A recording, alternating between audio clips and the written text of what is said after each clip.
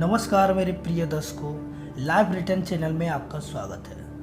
हम आपके लिए पूरा प्रयास करेंगे जीवन जीने के लिए। जो प्रथम उद्देश्य है शरीर को स्वस्थ रखना, उसी पर हम प्रतिदिन प्रयास करेंगे। शरीर की समस्याओं का समाधान करने से पहले देखते हैं कि तीनों देवों में से सबसे बड़े वैद्य कौन है। एक ही तत्व उत्पत्ति, स्थिति और संहार के लिए ब्रह्मा, विष्णु और शिव इन तीन रूपों में आया है। इस दृष्टि से ब्रह्मा को जब आयुर्वेद का आविर्भावक माना जाता है, तो रुद्र और विष्णु को भी आयुर्वेद का आविर्भावक मानना ही पड़ता है। सृष्टि के आदि में एक ऐसी घटना घटी जिससे इस सिद्धांत का पूरा समर्थन होता है। इस घटना का श्रीमद् भागवत में उल्लेख है। ब्रह्मा जी ने अपने मानस पुत्र अत्रि को सृष्टि बढ़ाने की आज्ञा दी। श्रेष्ठ महर्षि अत्रि अच्छी संतति हो, इस उद्देश्य से अपनी पत्नी के साथ तप करने के लिए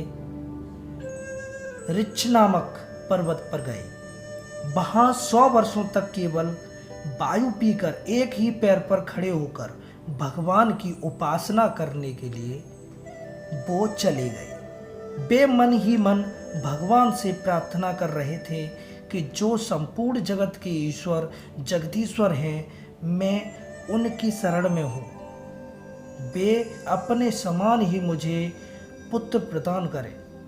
तपस्या जब सीमा पर पहुँच गई, तब ब्रह्मा, विष्णु और महेश ये तीनों देव अत्रि के आश्रम पर पधारे।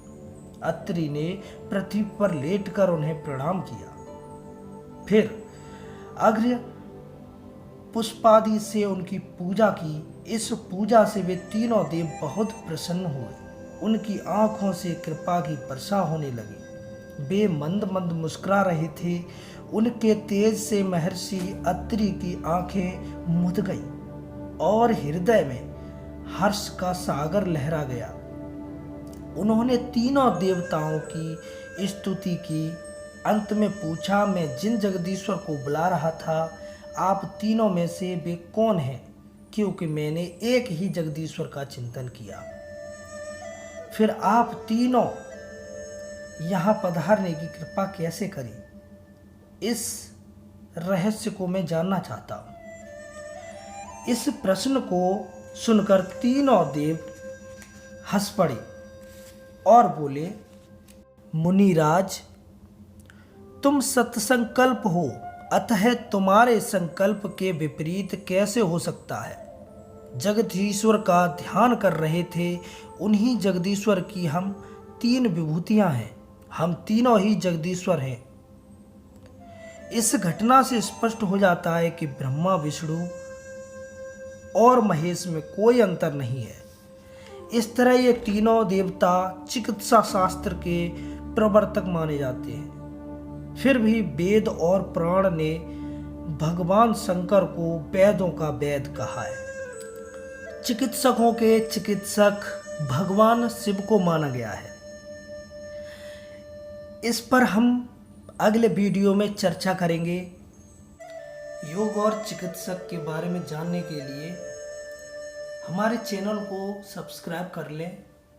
इसकी जानकारी आपको प्रतिदिन मिलती रहेगी और हमारा पूरा प्रयास रहेगा कि आप जीवन भर स्वस्थ रहें और आपका जीवन संपन्न रहे।